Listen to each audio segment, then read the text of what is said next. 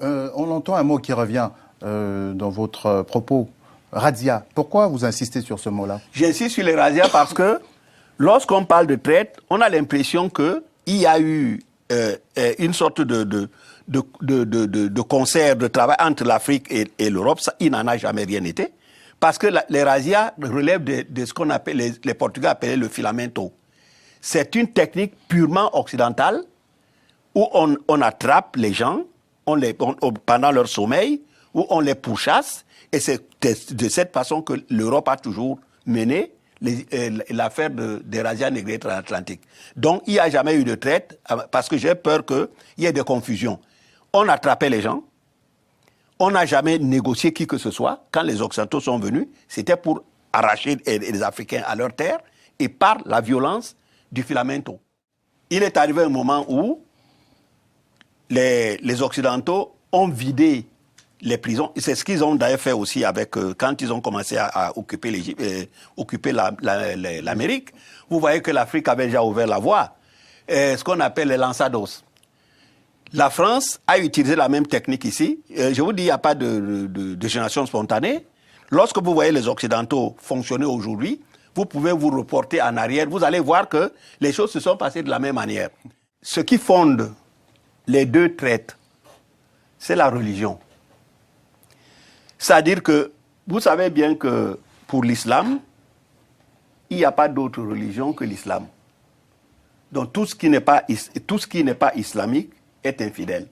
Et tout ce qui est infidèle a qualité à être mis en esclavage. Le christianisme agit pareil. C'est-à-dire lorsque les Européens viennent en Afrique, c'est pour faire des Africains des païens. Qui étaient des païens, c'est pour faire des chrétiens. Mais pour en faire des chrétiens, il faut qu'ils les prennent pour les amener à l'extérieur. Et quand nous arrivions dans cette terre étrangère, nous ne pouvions pas mettre le pied sur ces sols-là avant que nous ayons été baptisés. Bon.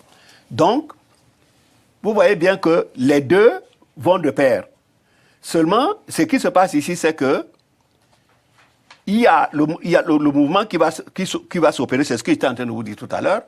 Quand les Européens ont compris maintenant qu'ils avaient besoin de plus en plus de main-d'œuvre, ils vont vider leurs prisons des tueurs en série. Le Portugal va vider ses prisons parce que c'est le Portugal qui a été le premier à commencer avec l'Espagne. Et on va envoyer en Afrique des individus qu'on appelle des lanzados.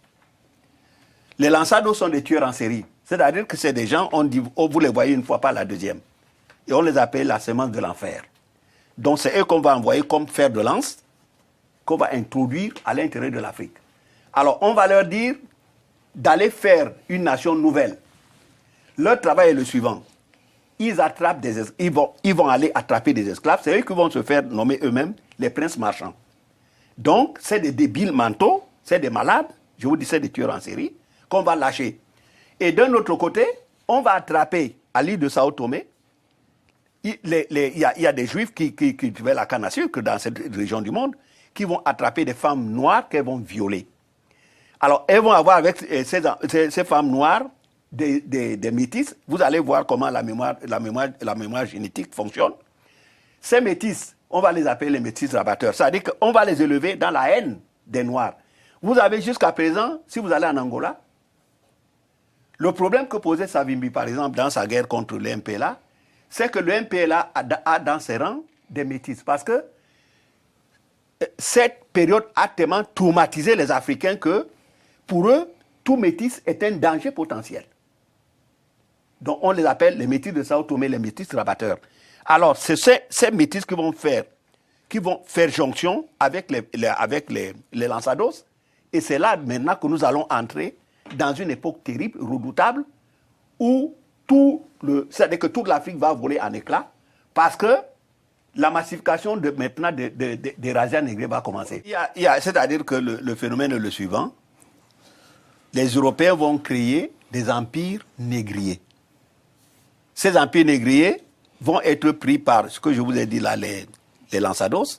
C'est-à-dire que les lanzados, dans un premier temps, ils venaient, ils tuaient les rois africains.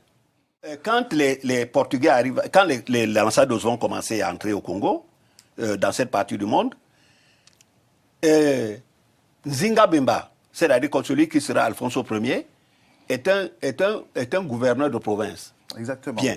Maintenant, il a compris que le danger est arrivé au Congo. Parce que quand les Portugais arrivent, ils disent qu'ils viennent évangéliser et qu'ils apportent la religion. Mais Nzinga Bemba a compris tout de suite que ces gens-là ne venaient pas uniquement pour la religion. Alors qu'est-ce qu'il va faire? Il va se convertir au catholicisme. Et il se fait donc appeler Alfonso Ier. Et il se dit immédiatement, il décrète qu'il est le frère du roi du Portugal, Jean Ier. Donc, voilà deux frères qui sont des rois chrétiens, chacun en son royaume.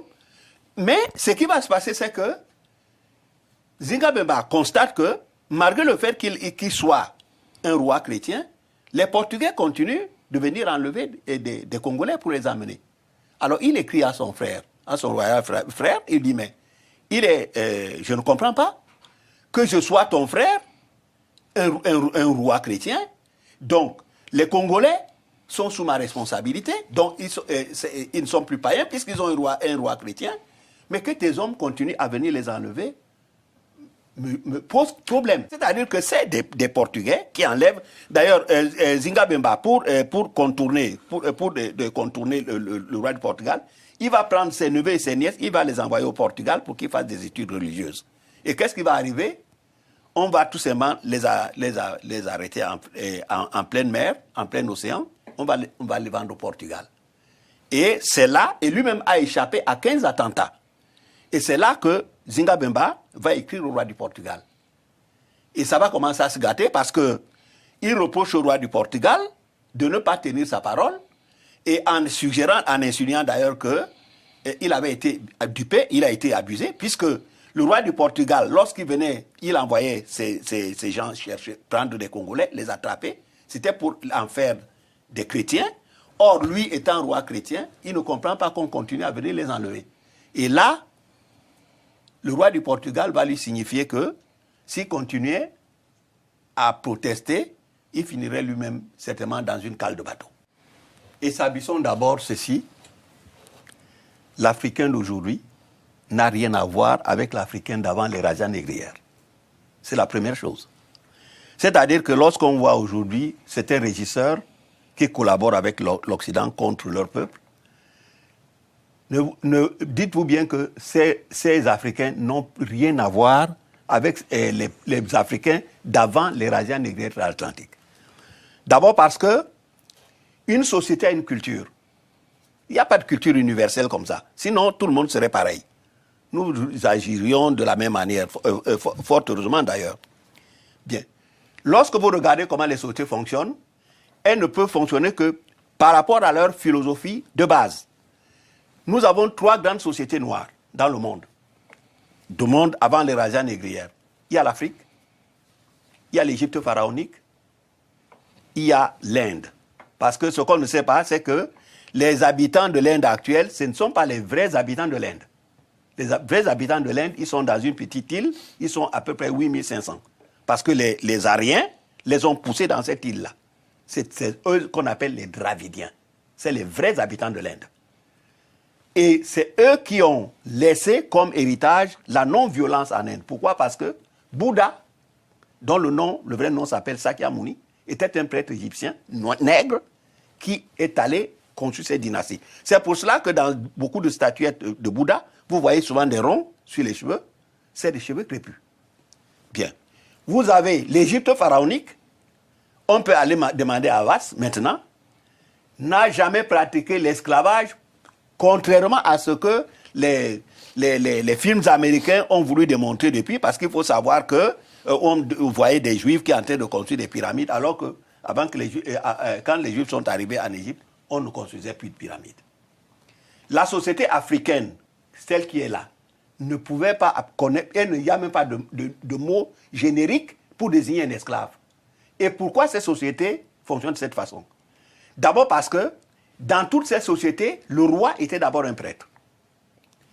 Et le pouvoir temporel, le pouvoir spirituel étaient réunis dans la même personne. Lorsqu'ils prenaient le pouvoir, ils étaient nus et ils portaient une peau de panthère. vous pouvez voir, quand le pharaon prend le pouvoir, le roi d'Afrique prend le pouvoir, nous n'avons plus les images de l'Inde. Donc, ce sont ces sociétés qui ont fait. N'oubliez pas que l'homme est venu d'Afrique. Comme disait Cheikh Anta Diop, si l'homme n'avait pas quitté l'Afrique, il n'y aurait pas de blanc. Donc, ces sociétés sont des sociétés extrêmement spirituelles qui ne peuvent pas avoir les mœurs qu'ont les sociétés qui ont vécu dans les grottes. Bon. Vous savez, quand nous voyons souvent des peintures rupestres, n'allez pas croire que les gens dessinaient des tableaux pour aller les vendre quelque part. Maintenant, on peut les exposer dans les musées. Mais c'est ce qu'on appelle la philosophie du chasseur de la préhistoire. Cela veut dire que l'homme de la préhistoire tuait d'abord un animal dans un rite magico-religieux, et une fois qu'il l'avait tué, il était convaincu qu'il l'avait tué. Nous, en ce qui concerne l'humanité, on nous aliène d'abord. Une fois qu'on nous a aliénés, nous pensons que tout le monde peut faire tout ce qu'il veut. D'autant que c'est les autres qui écrivent notre histoire pour nous. C'est d'abord que nous avons vu, pendant ce qu'on appelle la Deuxième Guerre mondiale, mais qui était la guerre entre les Européens, mais tout ce qui se passe ici devient mondial, on rançonnait. Il fallait des soldats pour aller combattre en Allemagne. Mais on a vu que le Cameroun, par exemple, ne devait pas faire la guerre, puisque le Cameroun n'était pas une colonie, c'était un État protégé. Mais les Français, n'empêche, ont demandé ce qu'ils appellent l'effort de guerre, et tous ceux qui refusaient d'aller faire la guerre, on les abattait sur place. Bon. Donc, ça veut dire ceci, moralité, je suis tout à fait sûr que, à cette époque, sans oublier que il y a certains rois africains dont on vous parle qui n'étaient pas des Africains, qui étaient tout simplement des Blancs.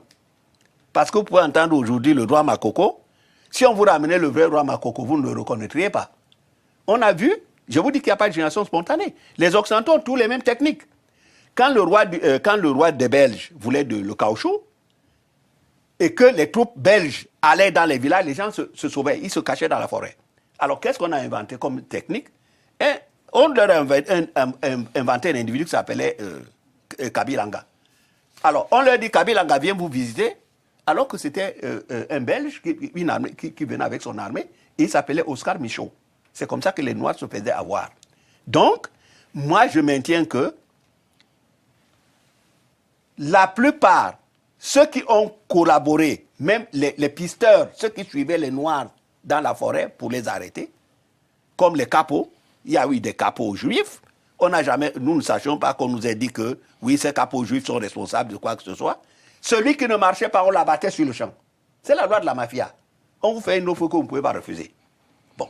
Donc, il faut toujours avoir présent à l'esprit que les Africains que nous avons aujourd'hui en Afrique n'ont rien à voir avec les Africains. D'ailleurs, lisez Ibn Battuta, Voyage au Soudan. Ibn Battuta arrive en Afrique au XIVe siècle.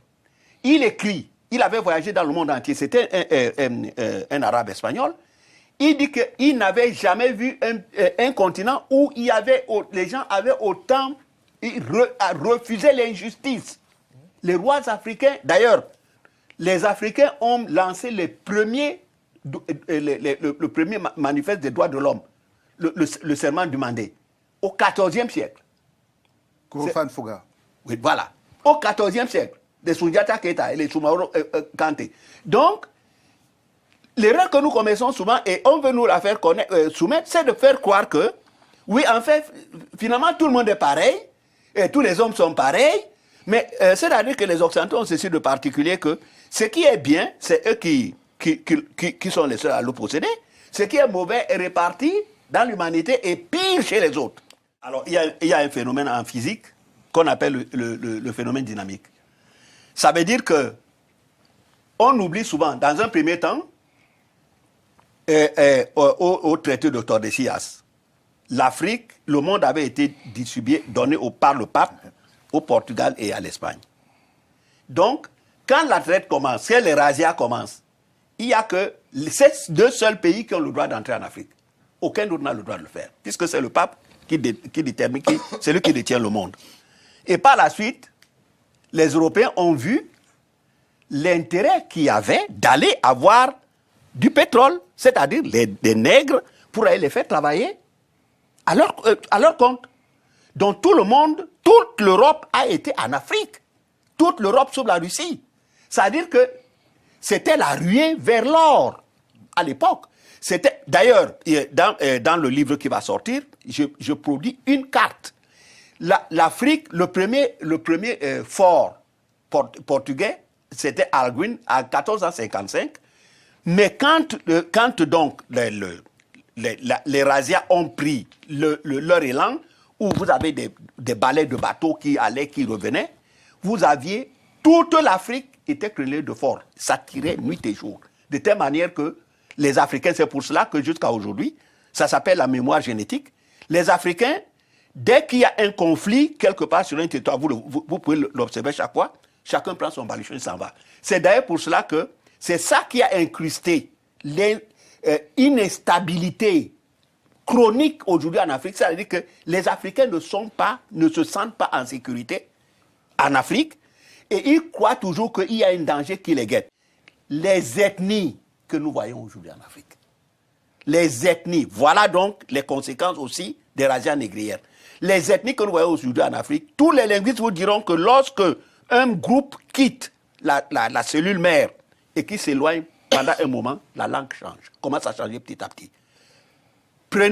Nous sommes à Paris, prenez les enfants de Montfermeil et ceux de, je ne sais pas moi, un autre quartier, les enfants qui se battent dans les banlieues. Vous fermez la France.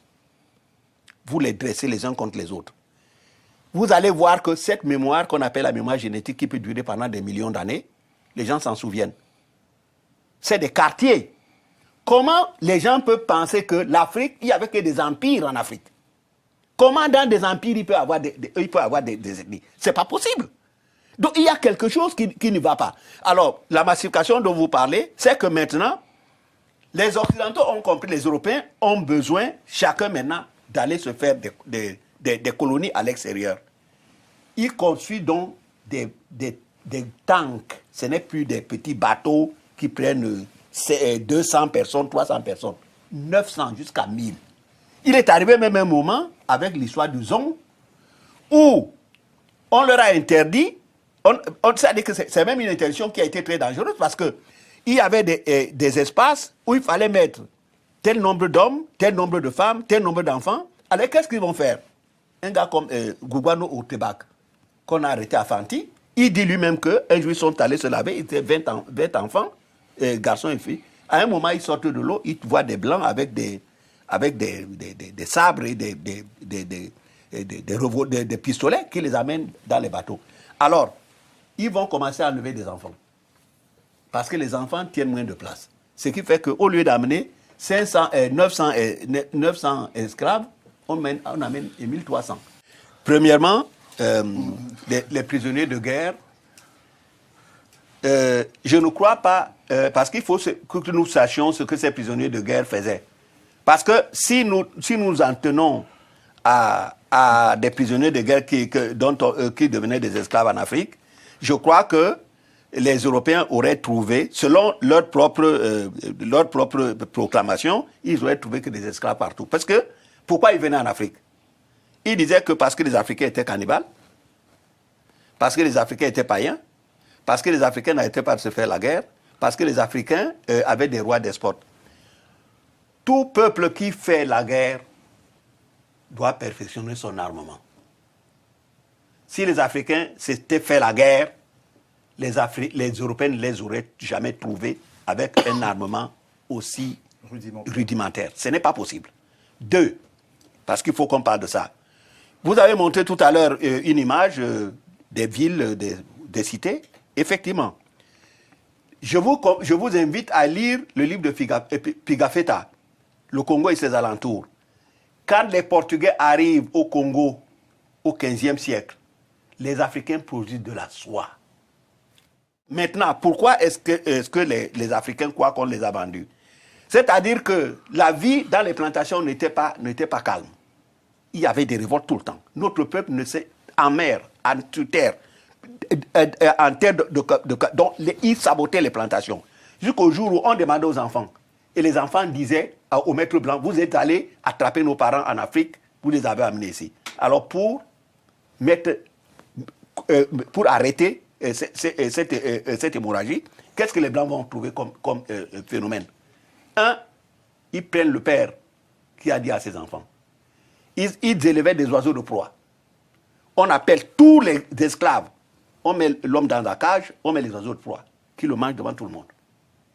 On prend ses enfants, on va à tel maître, on va à lui-ci, à l'autre. Et on leur dit, celui qui dit encore à ses enfants qu'on est en train d'aller vous attraper en Afrique, voilà ce qui va lui arriver. Et vous leur direz que nous sommes allés vous sauver de la barbarie des nègres.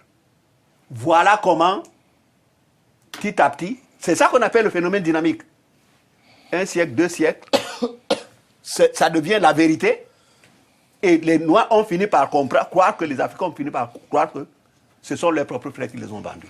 Je pense qu'il est nécessaire finalement de mieux connaître l'histoire des résistances à la fois en Afrique, sur les terres où ont été pris les esclaves, l'histoire des personnes, des individus et des groupes d'individus qui ont résisté à la déportation, tout comme ceux qui ont été déportés, par exemple les révoltes marronnes aux Caraïbes. Donc il est très important de connaître cette histoire, mais il me semble quand même qu'il est aussi important pour la mémoire justement, pour la mémoire collective et pour l'histoire, il est aussi important d'enseigner, c'est mon opinion, qu'il y avait des complices locaux. Par exemple, le roi d'Abomey, en 1770, il gagnait l'équivalent de 125 000 livres sterling. Il tirait ça de la vente des esclaves. Ça fait à peu près 1,5 milliard d'euros. C'est énorme. L'essentiel, et c'était pas un blanc, c'était un noir.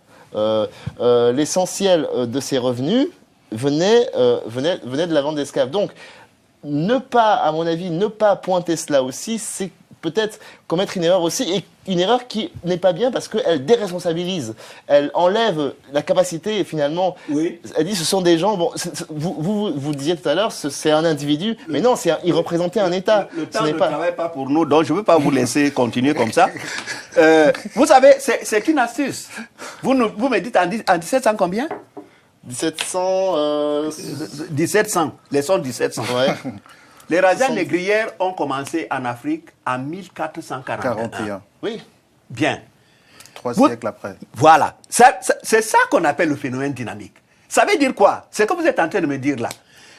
Vous me dites, oui, voilà, les francophones et les anglophones sont toujours battus en Afrique depuis qu'il est... Bon, j'ai une autre date. 1440, Kanga Moussa, il va faire son pèlerinage à la Mecque et il a 1500 esclaves. Kanga Moussa, c'est pas la transatlantique ça. C'est pas Kanga Moussa. Ça, c'est la traite... Lui aussi, il a vendu des... Non, la différence fondamentale, vous allez voir la différence. J'en parle dans mon livre. La différence fondamentale est que Kanga Moussa faisait le djihad. Ce n'est pas la même chose. Parce que c'est les rois, à part Komboro, au XIIe siècle, qui a adhéré lui-même à l'islam, tous les autres rois et empereurs africains, quand ils adhéraient, leur peuple les lâchait. Donc ils faisaient le djihad. C'est-à-dire qu'ils forçaient leur propre population à devenir musulmans. Sinon, ils les vendaient. C'est ça. Donc c'est totalement différent. Sur le phénomène dynamique, vous avez 30 secondes. Donc le phénomène dynamique veut dire ceci. Aujourd'hui, vous allez dire, voilà, les francophones et les anglophones se sont toujours battus depuis que l'Afrique existe.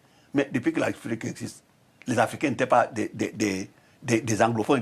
Ils ne parlaient ni l'anglais ni le français.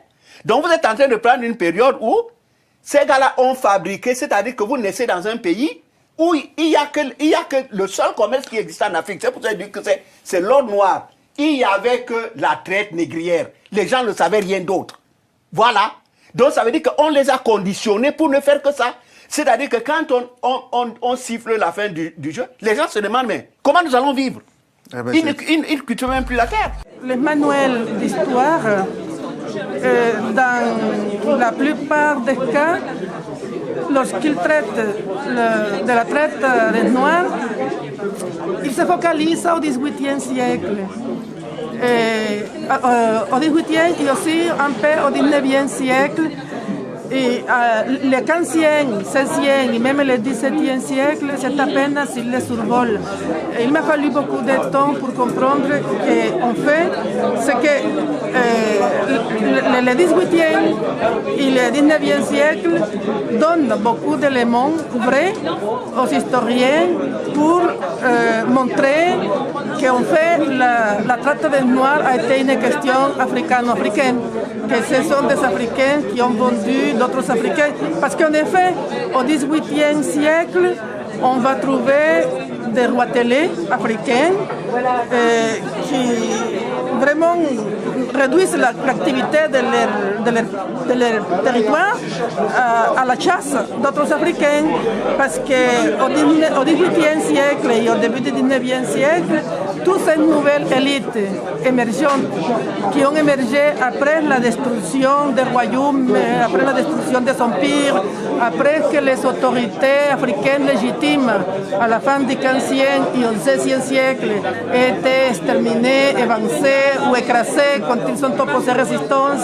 Toutes ces nouvelles et émergentes élites qui ont remplacé les autorités légitimes qui avaient été soit écrasées, soit massacrées, etc., ils se sont installés dans cet engrenage où des Africains vendaient d'autres Africains. Ça, au XVIIIe siècle. Comme aujourd'hui, en fait. Oui, les élites, comme les Lumumba, on enlève pour mettre les Mobutu. Voilà. Donc, ça explique qu'il y ait une focalisation au XVIIIe siècle et au XIXe. Et cela permet que ce qui ont fait est la conséquence d'une destruction qui avait commencé déjà bien avant l'arrivée des Européens, mais qui s'est intensifiée avec l'arrivée des chrétiens au milieu du XVe siècle. Toutes les conséquences de cette dévastation qui va devenir de plus en plus sanglante, de plus en plus sanguinaire au XVIe siècle et au XVIIe, apparaît au XVIIIe et au XIXe comme la cause vraie de la dévastation de l'Afrique.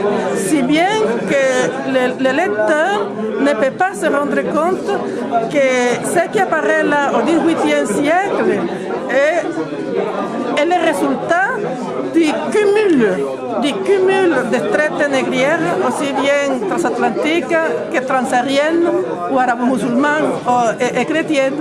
Donc c'est pourquoi ce travail concernant les esclavagistes musulmans, chrétiens et juifs est un travail très très très important à plusieurs égards, parce que j'ai essayé, j'espère avoir réussi à rester très respectueuse de la vérité dans toute sa complexité, y compris la complicité des Africains qui à l'époque ont trahi, ont vendu les rames au diable, ont livré des frères à l'ennemi, comme encore aujourd'hui, il y a des Africains qui ont été complices de l'assassinat des vrais patriotes africains indépendantistes et anticolonialistes et qui en retour ont été mis en place par les pouvoirs colonialistes et continuent de nos jours à réprimer et à massacrer et à couper la tête de tous ceux qui veulent se redresser. Donc on voit que nous sommes toujours dans la même dynamique, dans le même engrenage, et c'est contre cet engrenage qu'il faut travailler. Mais pour travailler contre cet engrenage, il faut déjà le comprendre. Et il faut déjà le saisir dans toute sa complexité. C'est pourquoi moi je vous inviterai, pour ceux qui ont déjà lu La Férocité blanche, moi j'aimerais bien que vous lisiez Traité des Blancs, Traité des Noirs, que vous lisiez Congo, les mains coupées. Mais bon, si vous ne pouvez pas tout lire, au moins lisez le dernier ouvrage, Victimes des esclavagistes musulmans, chrétiens et juifs, que c'est un ouvrage qui vient compléter la recherche qui avait été déjà exposée dans La Férocité blanche. Donc, il s'avère que, mais tout ça, il faut discuter de tout ça ouvertement dans les débats. Donc, il s'avère que nous avons hérité d'un boulet historique que nous traînons. Ce boulet historique, ce n'est pas, ne concerne pas les événements historiques en tant que tels. Je dis bien que le regard que nous avons sur notre passé, sur notre dimension africaine et autres, ne résulte pas des faits qui se sont déroulés dans l'histoire. Non. Ce regard-là découle d'un récit colonial qui a été fait des événements. Et c'est en vertu de ce récit colonial que Aimé Césaire a dit que tant que les lions n'auront pas leurs historiens, c'est-à-dire des gens capables de défendre le point de vue des lions, eh ben, les histoires de chasse vanteront les mérites des chasseurs, nous sommes dedans. Bon. Mais là où c'est problématique, c'est de voir que, comme le son de cloche, qui est le récit des chasseurs, est le plus métastasé médiatiquement parlant, parce que enseigné même, je dirais, dans les établissements, il s'avère qu'il en résulte une atrophie de notre moi intérieur, une atrophie de notre moi intérieur, parce que nous considérons que avant l'arrivée de l'Europe, l'Afrique n'était que sauvagerie et bestialité, il n'y avait rien, et c'est l'arrivée de l'Europe qui a contribué à apporter les éléments de la civilisation, qui fait que vous avez des gens qui vous disent ouvertement aujourd'hui que le fait que on ait été déporté à fond de cale de bateau d'Afrique vers ici, pour eux c'est même pas un problème, parce que dans le fond, ils ont pu sortir du continent africain. Vous voyez que pour tenir de tels propos, il faut ignorer le fait que durant ce qu'on appelle l'Afrique impériale, c'était le Dark Age en Europe. Le Dark Age que les Français appellent le Moyen Âge. Et les gens viennent nous comparer. L'ignorance, c'est quelque chose. Le Moyen Âge et toutes ces périodes de troubles avec les rois de France qui savent même pas quoi donner à manger à leur peuple, à l'Afrique impériale, où vous avez des empires puissants avec des organisations politiques et des gens qui, des peuples qui se sont organisés et qui ne manquent de rien.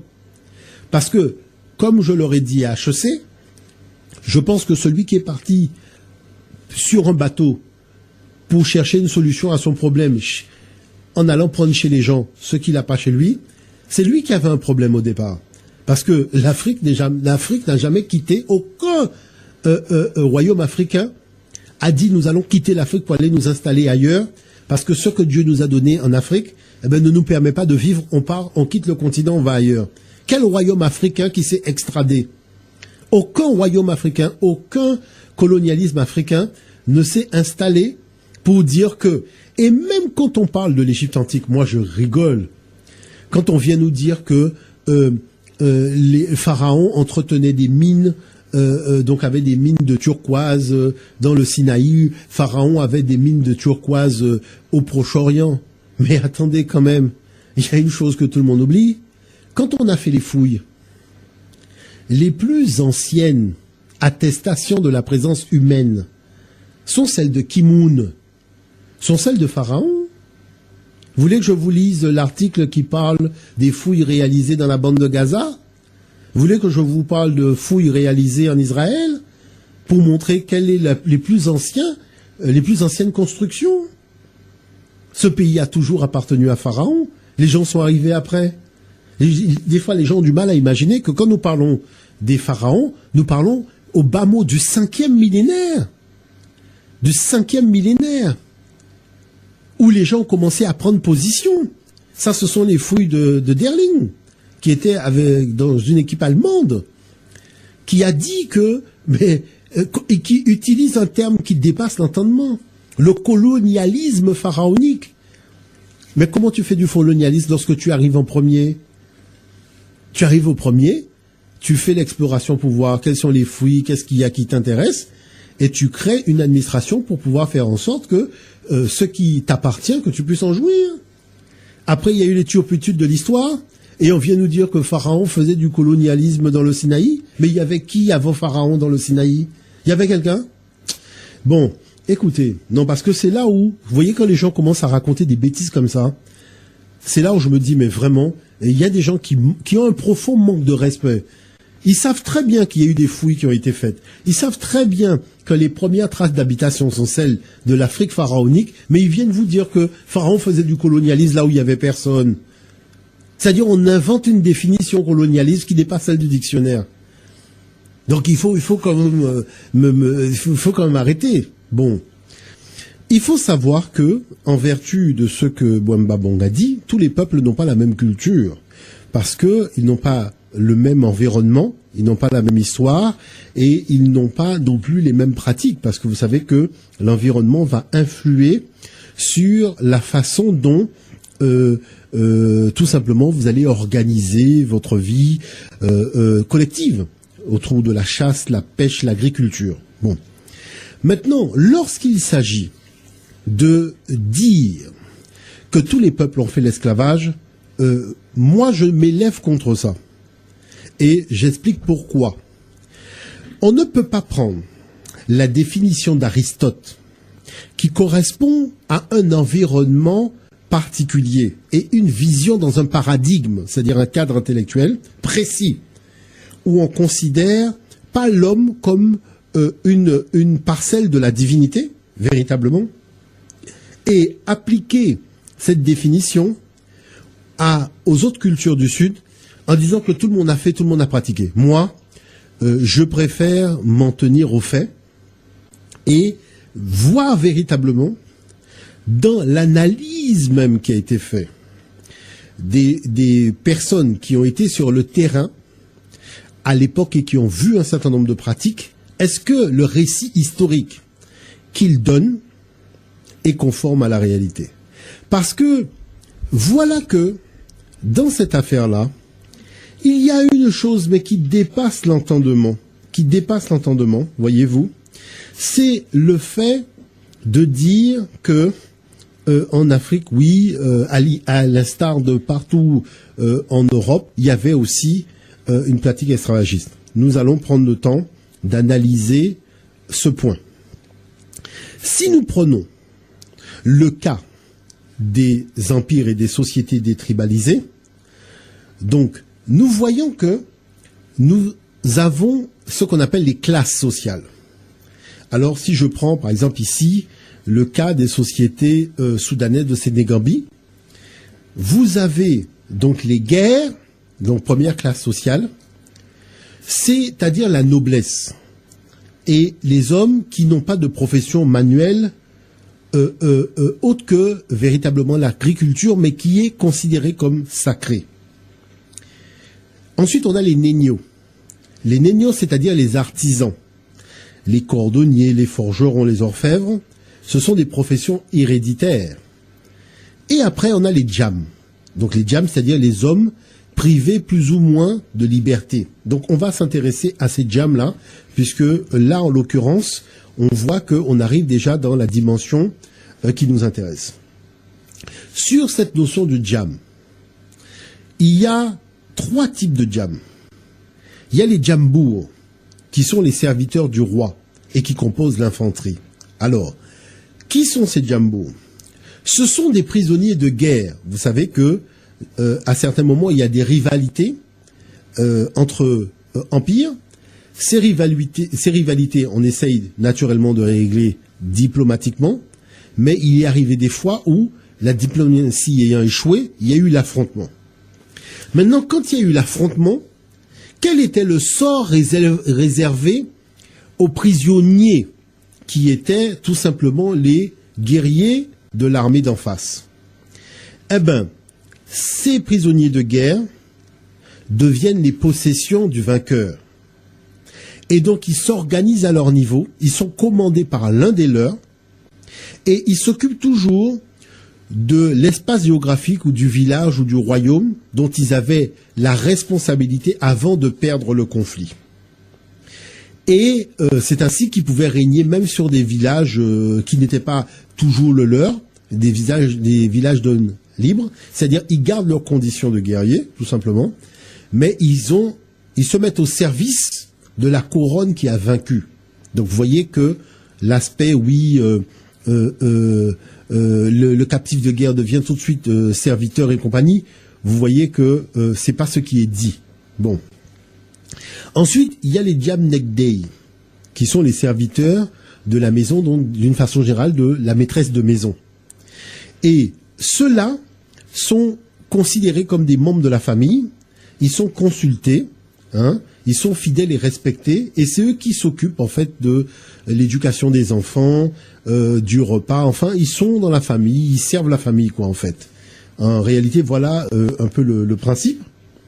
Et les Diamnegdei, maintenant, qui sont les serviteurs maintenant au niveau des hommes, des nobles. Alors il faut, pour comprendre ça, se rappeler du film de Christian Clavier, Les Visiteurs, où on avait donc le noble qui avait son gueux, qui était Christian Clavier, qui le suivait partout. Là, on se rend compte que nous serions plutôt dans ce cadre-là, donc au niveau des Diamnegdei, puisque c'est un noble qui a un serviteur. Donc, par exemple, quand il a passé, il est sorti à cheval. Dès qu'il arrive, sa monture elle a soif, il faut l'emmener se reposer, compagnie. Eh ben, c'est ce serviteur-là qui est préposé à s'occuper de son cheval chaque fois qu'il revient donc de sortie à l'extérieur. Donc, c'est pour ça qu'on a même des représentations de ces Diamnegdei, donc qui s'occupaient du noble qui était un chevalier en quelque sorte, hein, donc qui s'occupe du chevalier. Moi j'ai certaines représentations. Alors maintenant, comment on se retrouvait en position servile en Afrique impériale? Comment on se retrouvait en position servile? Parce qu'il faut quand même comprendre le fond. Il faut savoir que dans les royaumes africains, il n'y avait pas de prison, il n'y avait pas de potence, il n'y avait pas de bagne, il n'y avait pas, c'est tous ces trucs-là, on va vous mettre à Alcatraz, on va vous fermer à la prison de machin, il n'y avait pas ça. Il n'y avait pas ça. Donc, quand il y a un préjudice grave, il y a un conseil qui se réunit et une décision est prise. Donc ça, on aura l'occasion donc de le voir très très rapidement. Il y a aussi le fait, par tout simplement la famille, d'hériter le statut des parents. Donc les parents étaient déjà en position servile. On est dans cette famille-là, on hérite donc de la situation de servilité. Et enfin, il y a les captifs de guerre qui sont répartis selon les trois catégories de diam qu'on a vu tout à l'heure. Sachant que un empire, par exemple, qui a conquis un autre empire, qui s'adonnait à la pêche, eh ben, les gens vont devoir faire une pêche pour nourrir tout l'empire. Un empire qui a conquis un autre empire, qui s'adonnait à l'artisanat, eh ben, ils vont se charger de faire des tables et des chaises pour tout l'empire. Donc vous voyez que cette dimension historiographique montre que quoi? Montre que l'Afrique, dans sa dimension historique, a évolué comme partout ailleurs. Hein, vous voyez bien que les rois de France, le roi de France n'était roi que de l'île de France, et il y avait des guerres qui étaient des guerres fratricides entre le souverain de Bordeaux, le souverain de Nantes, le souverain de Picardie, de Normandie, hein, et c'est finalement le roi de France qui l'a remporté, tout simplement parce qu'il avait un connétable hors du commun, qui était Gaston du Guesclin, qui était totalement noir. On aura l'occasion d'en revenir dessus. Et c'est lui qui possède et qui possédait le Mont Saint-Michel. Parce qu'il y a une chose que les gens ils ignorent, c'est que quand ils vont au Mont Saint-Michel, c'était la maison de connétable qui était noir. Je dis bien noir, charbon, vélo, solex, et qui s'appelait Bertrand du Guesclin. Et c'est lui qui a été guerroyé pour le compte du roi de France et qui a vaincu tout le monde. Il a vaincu tout le monde et il est venu redonner les épées de tous les souverains au roi de France, qui l'a fait connétable de France, c'est-à-dire second du roi après le roi. Et c'est comme ça que pour la première fois, le roi a pu aller au-delà de l'île de France et descendre même dans le sud, puisqu'il avait vaincu tout le monde. Mais on aura l'occasion de parler de Bertrand du Guesclin, parce que toutes les statues qu'on vous montre du type aujourd'hui sont des statues d'un homme blanc. Et moi, je vous garantis que Bertrand du Guesclin était un noir africain. Voilà. Et ça, on a quand même des preuves précises. Même si toutes ces statues sont trafiquées aujourd'hui et que sa représentation à la basilique de Saint-Denis nous montre quelqu'un qui n'a rien à voir avec son faciès initial, mais nous, il y a des dossiers qu'on sait. Voilà. Et il y a des gens qui sont pas bêtes. Il y a encore des historiens aujourd'hui, dans l'Hexagone, quand ils font le portrait de Bertrand du Guesclin, ils font un noir, qui semble-t-il était plutôt Bassa du Cameroun. Voilà. Donc, et au Mont-Saint-Michel, qui lui appartenait, j'ai eu l'occasion d'aller voir la librairie officielle du Mont-Saint-Michel et de demander à la dame, est-ce qu'elle a un ouvrage sur Bertrand du Guesclin? Et la dame m'a répondu, non, on n'a rien. J'ai dit, est-ce qu'il y a une carte postale? La dame m'a dit, non, il n'y a rien. Je dis, mais madame, excusez-moi. Bertrand du Guesclin habitait en face, là. Toute cette demeure-là, toute cette grande... c'est l'habitation de Bertrand du Guesclin. Le Mont-Saint-Michel, c'est là où il habitait. C'était chez lui, le Mont-Saint-Michel. Et vous êtes en train de me dire que dans la bibliothèque du Mont-Saint-Michel, il n'y a pas un livre sur Bertrand du Guesclin alors que c'était chez lui? La dame me dit oui. Bon, on aura l'occasion de revenir. Bon, tout ça, c'est des petits dossiers. Donc, voilà que j'appelle à la barre Liliane Crété, historienne française, sur la même problématique. Que dit Madame Crété? Je vous lis Madame Crété. Que les peuples de Sénégambie se vendissent des captifs n'a rien d'étonnant. Leur société était esclavagiste. Je relis la phrase de Madame Crété. Que les peuples de Sénégambie vendissent des captifs n'a rien d'étonnant. Leur société était esclavagiste. Chez les Wolof comme chez les Sérères, la société totalement inégalitaire était divisée en 3 classes distinctes.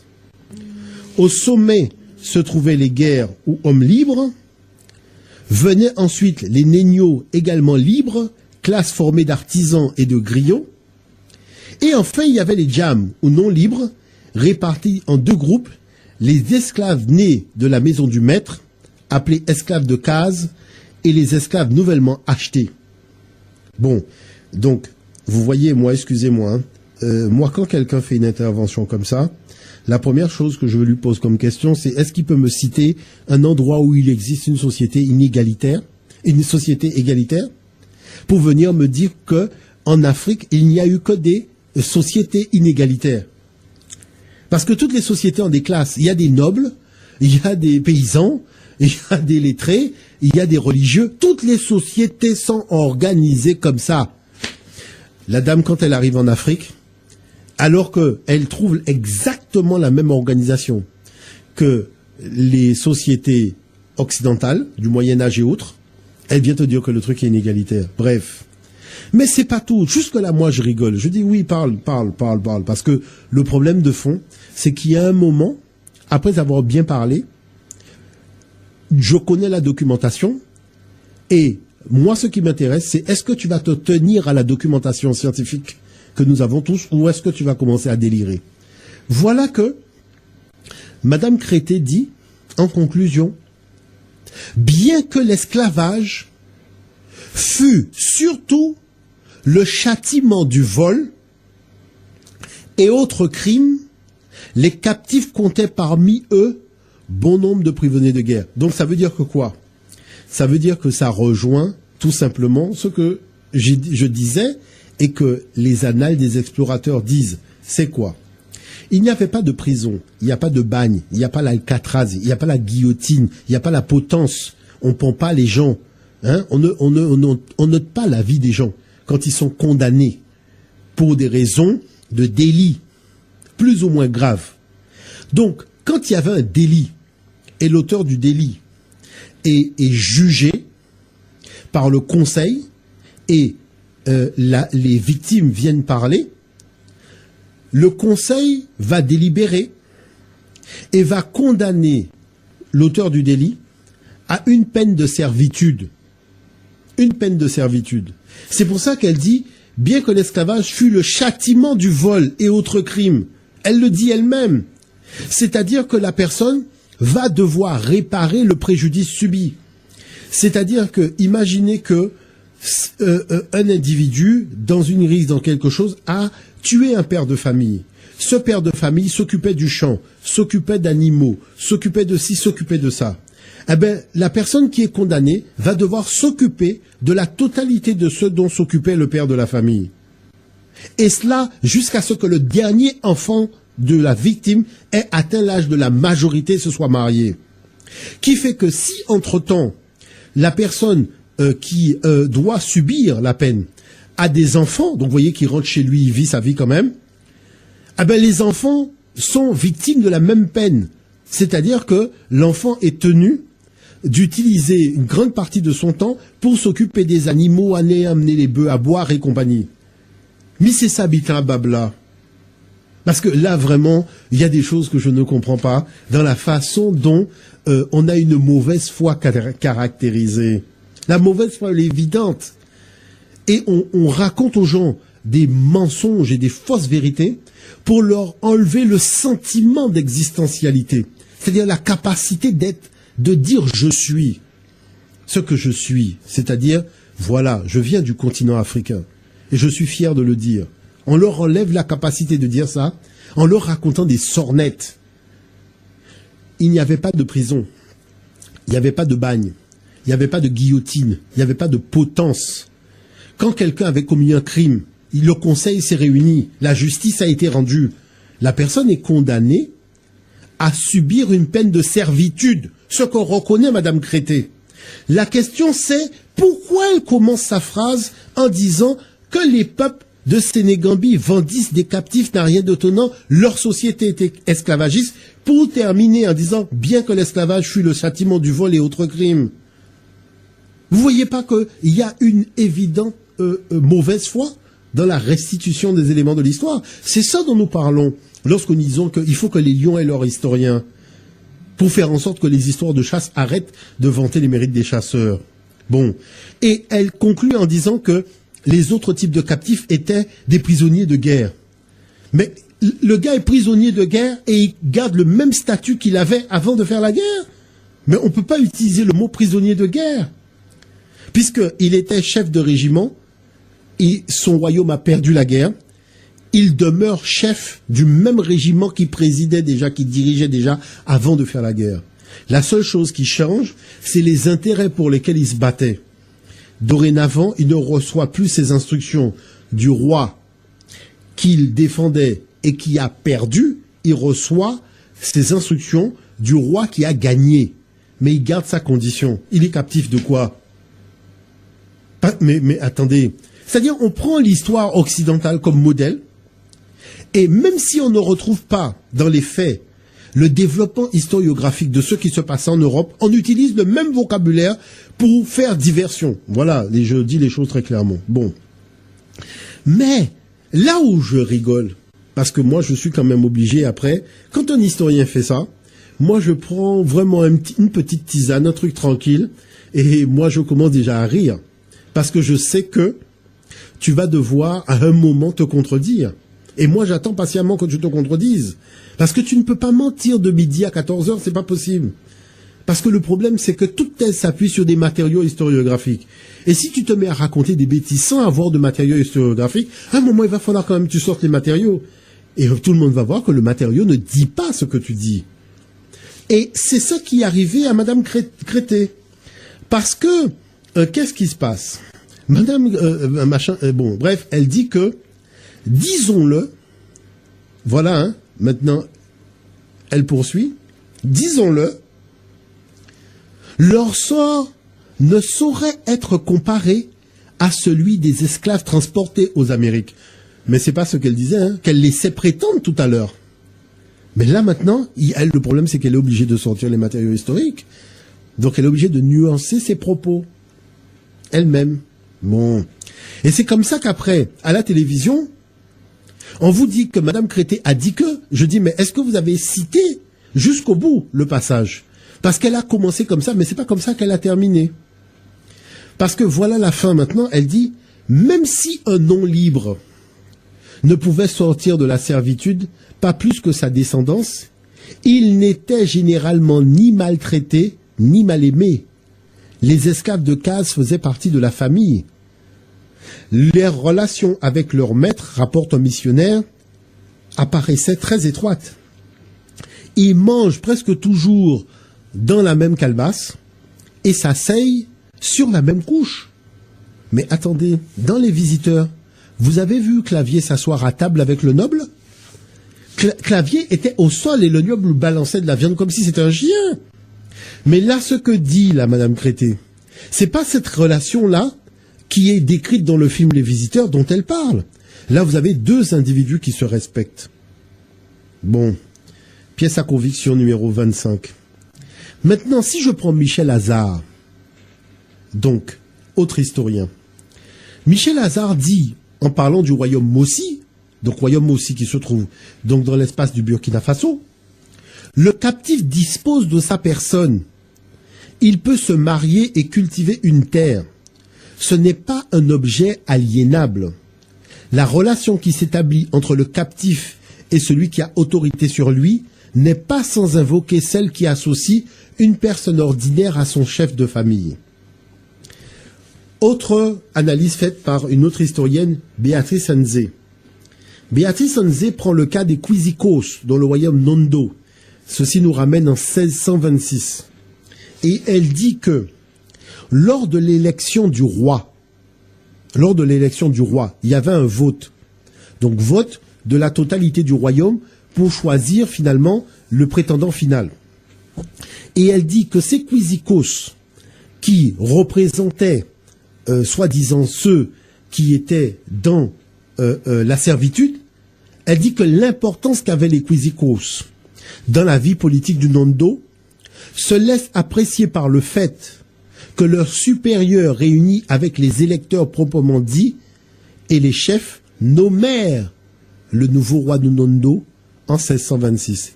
Vous avez déjà vu des esclaves voter pour le gouverneur de la Guadeloupe quand? Pour venir... Non mais c'est au-delà du réel. Les esclaves à Rome ont participé au vote de l'empereur quand? Quand est-ce que des choses comme ça se sont passées? Nulle part ailleurs. Et là, vous avez donc des preuves formelles que le champ sémantique du mot esclave, tel qu'on l'entend par la définition d'Aristote, n'est pas convenable à la réalité historiographique de la société africaine. C'est pour cette raison que je dis que il n'y avait pas d'Afrique, il n'y avait pas d'esclaves en Afrique noire à l'époque impériale. Ça n'existait pas. Ça n'existait pas. Il n'y en avait pas. Il faut arrêter de raconter aux gens des histoires de mère debout. Parce que le problème de fond, c'est que quand on prend les analyses des uns et des autres, on voit que la nature de la relation, qu'entretenait celui qui était dans la servitude avec les autres, ne correspond pas à la définition d'Aristote où on dit que c'est un bien meuble. Vous voyez, c'est un outil de production, un objet animé. Aristote dit que l'esclave est un objet animé, alors que vous voyez qu'en Afrique, on ne porte pas atteinte à son intégrité humaine.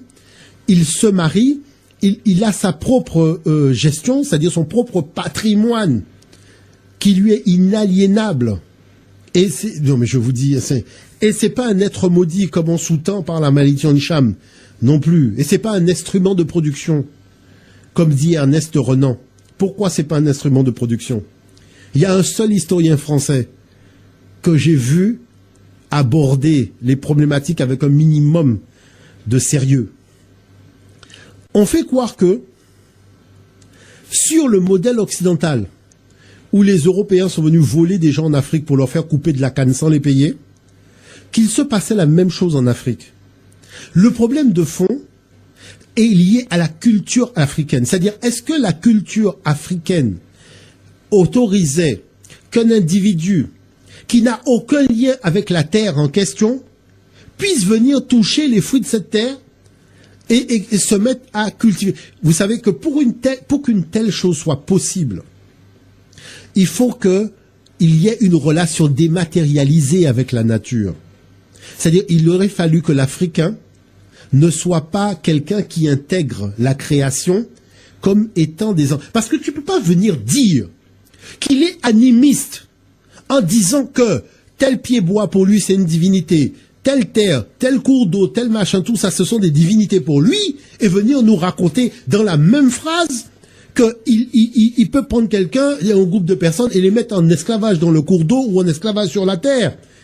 Tu es obligé de supprimer une des deux possibilités. Soit tu dis qu'il n'est pas animiste et il a fait ça, soit tu dis qu'il a fait ça et attends, mais c'est pas possible. Tu peux pas dire les deux. Parce que les gens nous prennent pour des imbéciles. Ils viennent dire que l'Africain est animiste, et après ça, ils viennent dire que l'Africain avait 14 millions d'esclaves, comme fait Patrick Grenouillot, en train de cultiver dans une traite interne africaine. C'est de la haute débilité. C'est de la haute débilité parce que, pourquoi je dis que c'est de la haute débilité? C'est de la haute débilité parce que il faut enlever, alors, dans ce cas, des analyses préalables qui ont été faites du fonctionnement social, philosophique, spirituel et rituel de l'Africain. Il faut faire sauter ces 4 choses-là avant de venir nous dire que les gars allaient capturer des gens pour les foutre en esclavage en train de cultiver leur manioc chez eux. Parce qu'il ne faut pas oublier qu'il n'y avait pas de cimetière. On ne mettait pas les gens au fin fond du village à côté de la décharge publique pour les enterrer. On ne faisait pas ça. Les gens étaient enterrés dans l'espace, dans la terre. Mais la terre où vivaient les vivants terrestres. On ne les mettait pas à côté, ils étaient là. Parce qu'ils représentaient ce qu'on appelle les anges gardiens qui devaient protéger les vivants. Donc, quand vous avez les ossements des dignitaires, des gens de votre famille, arrière-grand-père, grand-père et compagnie, enterrés dans votre sol, vous allez prendre des esclaves pour cultiver votre manioc, alors que vous savez que les ossements de votre père sont dans le sol là. Mais il faut quand même arrêter de prendre les gens pour des imbéciles. Donc, voilà pourquoi, je dis franchement, il y a une seule fois où j'ai vu un historien français, parce qu'il avait vécu en Afrique, il s'est levé et il a dit, il faut arrêter de vouloir plaquer la réalité de l'Europe à l'Afrique. Parce que l'Europe avait sa vision civilisationnelle, mais l'Afrique a eu une vision civilisationnelle totalement opposée à celle européenne, qui fait que ce que l'Européen fait avec une grande facilité, l'Africain ne peut pas le faire, parce qu'il ne partage pas les mêmes idéaux spirituels. Là, j'ai regardé le gars, j'ai dit, voilà un gars, pour la première fois, je peux dire que il y a un gars qui a 2 neurones qui fonctionnent dans son cerveau. Voilà, tout simplement. Parce que là, j'ai dit, lui, au moins, il commence à comprendre un minimum de choses. Donc, le problème de fond, c'est que, d'un côté, vous avez des civilisations africaines qui ont choisi de ne pas mettre à mort ceux qui sont jugés.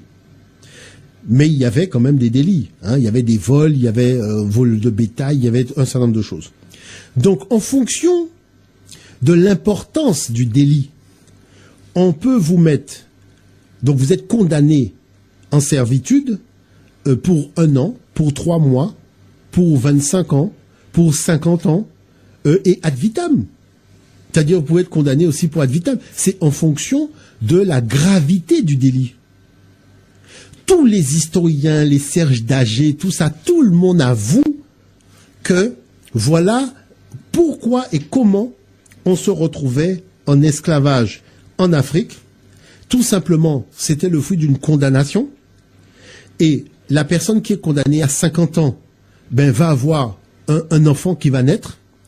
L'enfant va naturellement endosser cette condamnation jusqu'à ce que le délai de 50 ans soit arrivé à son terme.